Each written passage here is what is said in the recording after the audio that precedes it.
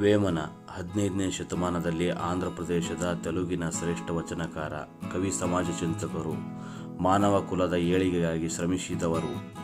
ಕನ್ನಡದಲ್ಲಿ ಸರ್ವಜ್ಞ, ತಮಿಳಿನಲ್ಲಿ ತಿರುವಳ್ಳವರ್ ಅವರಂತೆ ತೆಲುಗಿಗೆ ವೇಮನ ವಚನಕಾರರು ಮಹಾಕವಿ, ಮಹಾಯೋಗಿಯಾಗಿದ್ದಾರೆ. ವೇಮನರ ಕೃತಿಗಳು ಇತಿಹಾಸದಲ್ಲಿ ವೇಮನ ಶತಕಲು ಎನ್ನುವರು.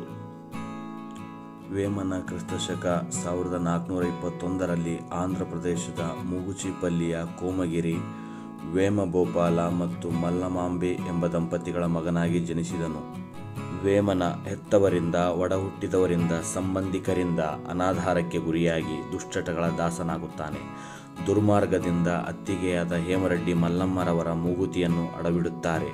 ನಂತರದ ದಿನಗಳಲ್ಲಿ ಅತ್ತಿಗೆಯಾದ ಹೇಮರೆಡ್ಡಿ ಮಲ್ಲಮ್ಮರ ಸಲಹೆ, ಮಾರ್ಗದರ್ಶನದಿಂದ ಜೀವನದ ಅರ್ಥ ತಿಳಿದು ಲೌಕಿಕ ಬದುಕಿನ ಮರ್ಮವನ್ನು ತಿಳಿದರು.